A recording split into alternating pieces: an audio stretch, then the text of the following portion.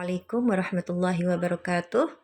Kali ini kita akan membahas tentang ilmu jarah wa ta'dil. Apa sih jarah wa ta'dil itu? Kita pahami ya. Ilmu yang digunakan untuk menilai, meneliti, menetapkan tingkat kualitas perawi dengan lafadz-lafadz tertentu. Apa dia tergolong punya celah atau majruh, atau bersih dari celah atau adil. Ini pengertian sekaligus kegunaannya ya. Untuk perkembangan ilmu jarh wa ta'dil, kita lihat ya bahwa ilmu jarh wa ta'dil itu berkembang seiring dengan tumbuhnya periwayatan hadis.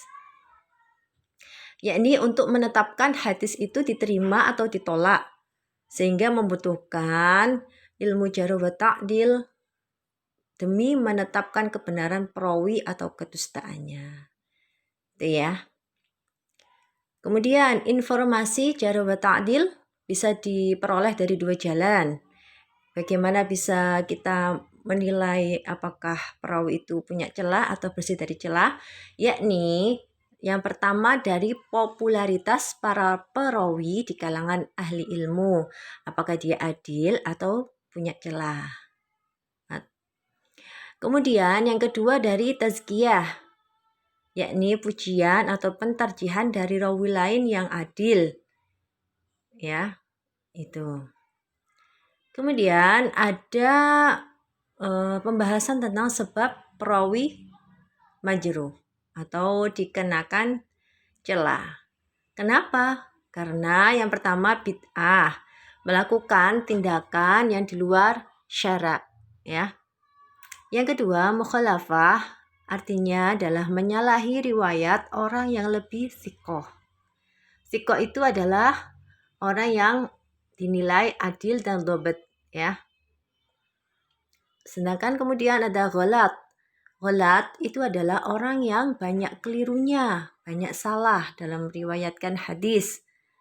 Kemudian ada jahalah al-hal, tidak dikenal identitasnya ya. Kemudian ada dakwah al-inqita', diduga keras sanadnya terputus. Nah, ini adalah sebab-sebab kenapa perawi itu dikenai celah. Kemudian ada pembahasan tentang syarat jarih dan mu'addil.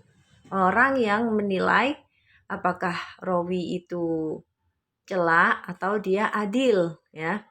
Syaratnya adalah seorang kritikus ya. Syaratnya adalah alim, yakni luas ilmunya, bertakwa, waro, jauh dari maksiat, syubhat dan juga makruhat. Dan juga jadi jauh dari perbuatan dosa. Kemudian yang keempat, jujur. Belum pernah majruh, tidak ta'assub atau fanatik golongan, tahu pasti sebab perawi itu adil atau jarah. Jadi tidak sekedar menilai, tetapi ada syarat-syaratnya juga seseorang itu bisa dipandang bisa menjadi jarih dan mu'adilnya bagi hadis-hadis yang diriwayatkan oleh para perawi. Kemudian kita bahas tentang tingkatan lafadz jarah para perawi. Di sini untuk lafadz jarah ada 6 ya. Yang pertama menunjukkan arti celah amat sangat. Contohnya audha'un nas, artinya orang yang paling dusta. Yang kedua menunjukkan arti celah amat sangat dengan syighah mubalaghah. Wadda'un, orang sangat pendusta. Menunjukkan arti tuduhan dusta atau bohong dan sebagainya ya. Terkait dengan dusta, contohnya fulanun muttahamun bil kadzib, dituduh, orang yang dituduh pendusta. Kemudian yang keempat menunjukkan arti lemah amat sangat. Contohnya fulanun dhaifun, artinya orang yang lemah. Yang kelima menunjukkan kelemahan dan kekacauan hafalan perawi. Contohnya fulan la yahtaj bih, orang yang tidak dapat dibuat hujah hadisnya. Yang keenam menunjukkan sifat lemah mendekati keadilan. Contohnya fulan fihi maqal, dirinya diperbincangkan. Fulan fihi dhaf, artinya dirinya ada kelemahan. Hukumnya apa? Tingkat itu apakah bisa dijadikan hujah atau tidak? Kita lihat ya. Hukum kehujahan tingkat lafadz jarh. Tingkat nomor 1 ini saya kasih angka ya 1 sampai 6. Tingkat nomor 1 sampai 4 tidak boleh dijadikan sebagai hujjah. Tidak boleh ditulis dan juga tidak dianggap sama sekali. Ya, kemudian tingkat kelima dan 6 tidak bisa dijadikan hujjah, tapi boleh ditulis untuk diperhatikan saja sebagai bahan pertimbangan saja. Sudah paham ya dari tingkatan lafadz jarh perawi. Kita beralih pada tingkatan lafadz ta'dil perawi. Nah, di sini juga ada 6. Yang pertama, menunjukkan kelebihan atau kesempurnaan perawi. Contohnya, awsaqun nas, orang yang paling thiqah. Menunjukkan sangat meyakinkan thiqah, ya. Dia sangat meyakinkan bahwa dirinya itu thiqah. Contohnya thiqah, orang yang teguh lagi teguh. Yang ketiga, menunjukkan adil dan dhabt, ya. Contohnya hafiz, thiqah, begitu ya penilaiannya.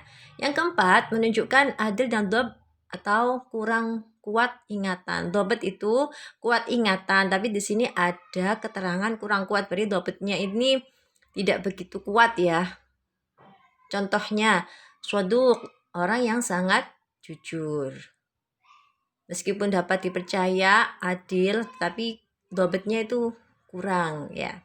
Kemudian yang kelima, menunjukkan kejujuran rawi, tapi tidak menunjukkan dhabt sama sekali. Kalau ini tidak menunjukkan dhabt sama sekali. Jadi contohnya hasanul hadis, orang yang bagus hadisnya. Kemudian yang keenam, menunjukkan agak mendekati peringkat jarh. Contohnya shaduq, insya Allah. Orang yang jujur insya Allah. Oke? Sama ada 6 juga tingkatan lafadz ta'dil perawi. Sedangkan hukum kehujahan tingkatan ta'dil ya. Tingkat 1 sampai 3 dapat dijadikan hujjah. Kemudian tingkat 4 dan 5 tidak bisa dijadikan sebagai hujjah. Boleh ditulis, boleh diuji dengan membandingkan hadis mereka dengan hadis para thiqah yang dhabit. Jika sesuai, boleh sebagai hujjah. Jika tidak, harus ditolak. Itu ada persyaratan ya. Untuk kemudian tingkat ke-6. Tingkat ke-6 ini adalah ini ya, menunjukkan agak mendekati peringkat jarh. Ini tidak bisa sebagai hujjah.